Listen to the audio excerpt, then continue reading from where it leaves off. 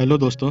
आज के वीडियो के माध्यम से हम प्राचीन इतिहास के अंतर्गत एग्जाम की दृष्टि से अति महत्वपूर्ण गुप्त साम्राज्य की पृष्ठभूमि तथा गुप्त राजवंश के इतिहास के स्रोत के बारे में जानेंगे एवं विदेशी यात्रियों जिनमें फाहियान तथा हेनसांग प्रमुख है उनके विवरण को देखेंगे। तो दोस्तों आज के हम अपने टॉपिक पे आते हैं, आप वीडियो के आखिर तक बने रहें। गुप्त साम्राज्य की पृष्ठभूमि को देख लेते हैं। चौथी सदी ईस्वी के प्रारंभ में भारत में कोई बड़ी संगठित राज्य अस्तित्व में नहीं था। यद्यपि कुषाण एवं शक शासकों का शासन चौथी सदी तक जारी रहा, लेकिन उनकी शक्ति काफी कमजोर हो गई थी। सातवाहन वंश का शासन भी तृतीय सदी के मध्य से पहले समाप्त हो गया था। ऐसी राजनीतिक स्थिति में गुप्त राजवंश का उदय हुआ। इंपॉर्टेंट है, कुषाणों के बाद लगभग 4 शताब्दियों तक भारत का सामाजिक, धार्मिक, साहित्यिक, वैज्ञानिक एवं तकनीकी विकास होता रहा, जो मुख्यतः गुप्त राजाओं के शासनकाल से संबंधित है। गुप्त वंश का आरंभिक राज्य उत्तर प्रदेश और बिहार में था। याद रखेंगे, संभवतः गुप्त शासकों के लिए बिहार की अपेक्षा उत्तर प्रदेश अधिक महत्व वाला प्रांत था, क्योंकि आरंभिक गुप्त मुद्राएं और अभिलेख मुख्यतः उत्तर प्रदेश में ही पाए गए हैं। इंपॉर्टेंट है, गुप्त संभवतः वैश्य थे, वेरी इंपॉर्टेंट, तथा कुषाणों के सामंत थे। एग्जाम में पूछा जाता है, कुषाणों से प्राप्त सैन्य, तकनीकी एवं वैवाहिक संबंधों ने गुप्त साम्राज्य के प्रसार एवं सुदृढ़ीकरण महत्वपूर्ण भूमिका निभाई। आगे देख लेते हैं गुप्त राजवंश के इतिहास के स्रोत। गुप्त राजवंश का इतिहास जानने के निम्नलिखित 3 महत्वपूर्ण स्रोत हैं। पहला है साहित्यिक स्रोत, दूसरा पुरातात्विक स्रोत और तीसरा विदेशी यात्रियों का विवरण।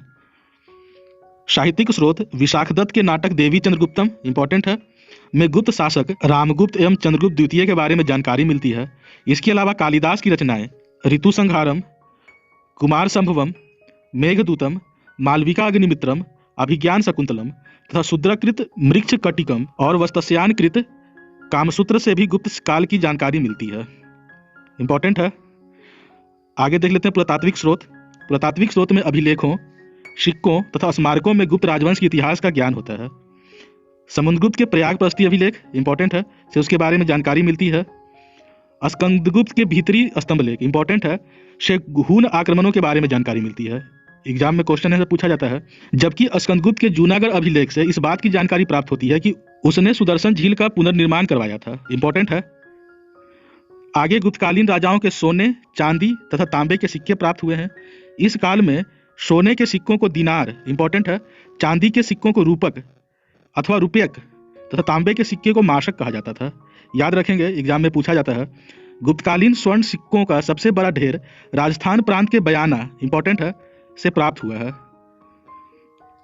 मंदिरों में तिगवा का विष्णु मंदिर जबलपुर, इंपॉर्टेंट है, भूमरा का शिव मंदिर सतना मध्य प्रदेश, नचना कुठरा का पार्वती मंदिर पन्ना मध्य प्रदेश, भीतरगांव का मंदिर कानपुर और देवगढ़ का दशावतार मंदिर ललितपुर उत्तर प्रदेश विशेष उल्लेखनीय है।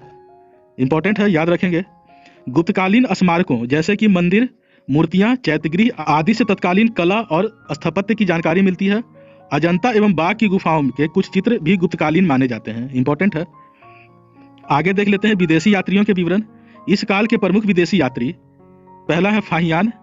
यह चीनी यात्री था और चंद्रगुप्त द्वितीय के शासनकाल में भारत आया था। इंपॉर्टेंट है, इसने मध्य देश का वर्णन किया है। दूसरे हैं हेनसांग। इसने समुद्रगुप्त प्रथम, बुधगुप्त, नरसिंहगुप्त, बालादित्य आदि गुप्त शासकों का उल्लेख किया है। इसके विवरण से ही पता चलता है कि कुमारगुप्त ने नालंदा महाविहार की स्थापना करवाई थी। इंपॉर्टेंट है। दोस्तों इसी के साथ आज का हमारा क्लास खत्म होता है। हम अपने आगामी वीडियो के माध्यम से गुप्त वंश के संस्थापक श्रीगुप्त के बारे में पढ़ेंगे तथा गुप्त वंश के प्रतापी शासक तथा गुप्त वंश के वास्तविक संस्थापक चंद्रगुप्त प्रथम के बारे में जानेंगे। हमारे आगामी वीडियो के नोटिफिकेशन के लिए हमारे चैनल को सब्सक्राइब करें। अगर हमारा वीडियो सीरीज आपको पसंद आ रहा है तो वीडियो को लाइक करें एवं कमेंट करें। पढ़ते रहें, रोज नया सीखते रहें। धन्यवाद।